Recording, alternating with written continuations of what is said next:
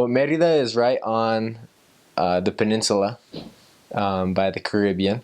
So you do get rainstorms for part of the year, and then the other part of the year it doesn't rain at all.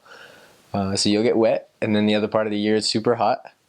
You sweat a lot, which was the least fun part. But at the same time, I mean, during the winter, the weather is awesome.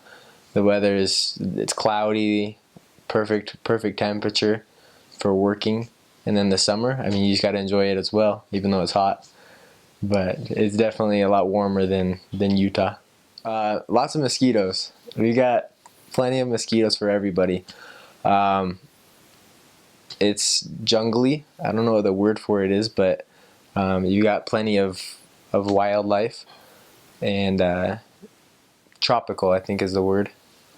So lots of trees, lots of bushes, lots of green plants, but with that comes lots of mosquitoes. But it's definitely beautiful. I mean, you're going through and seeing what all the tourists see while they're there, but you do get bitten a lot by mosquitoes. In Merida, in the Yucatan Peninsula, there's a lot of the ruins from the Mayan culture, and they're spread out all over the peninsula. And Chichen Itza is probably the biggest one, the one that everybody knows about. But then apart from that one, there's just random ones that are in the hills or lost in the desert. And actually, as missionaries, we're not allowed to go to most of them. But there is one that's inside of a city called Izamal.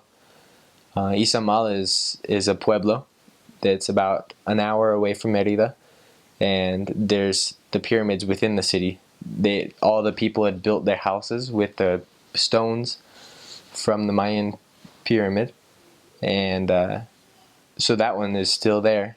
And I actually served in that area, so we would go running in the morning, and so it was only about 3 blocks away from our house. So we'd go running and go all the way up to the top, and that was our exercise for the mornings. And then actually 2 blocks away from that one was the Catholic cathedral. And that one, when the Spanish came over, they deconstructed the Mayan pyramid and built upon its foundations. And out of those same stones built up the Catholic cathedral, which was the first Catholic church on the peninsula. And that one still stands today along with the other pyramid. So those ones are still there, and you can see a lot of the history. Even though they've taken a lot of the stones from them, you can see a lot of what used to be. And they speculate, I mean, whether it was religious purposes or war purposes like Chichen Itza.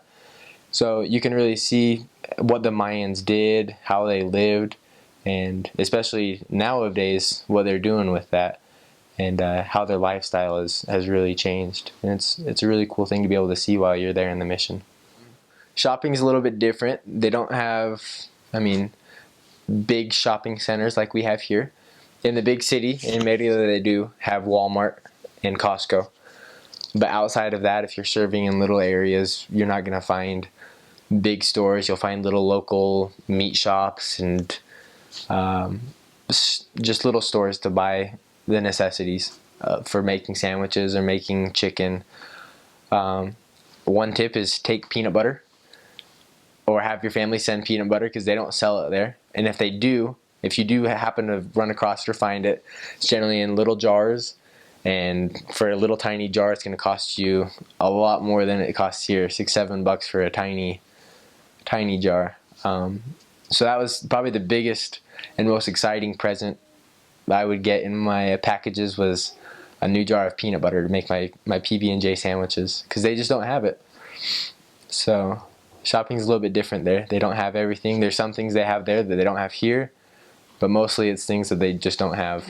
Most people, when they hear they're going to Mexico, or that their son or daughter is going to Mexico, or somebody they know is going to Mexico, the first thing you think about is, oh my gosh, they're going to get hurt. That wasn't the case in my mission. My mission, on the bridges and buildings all over Merida had the phrase La Ciudad de Paz, the city of peace.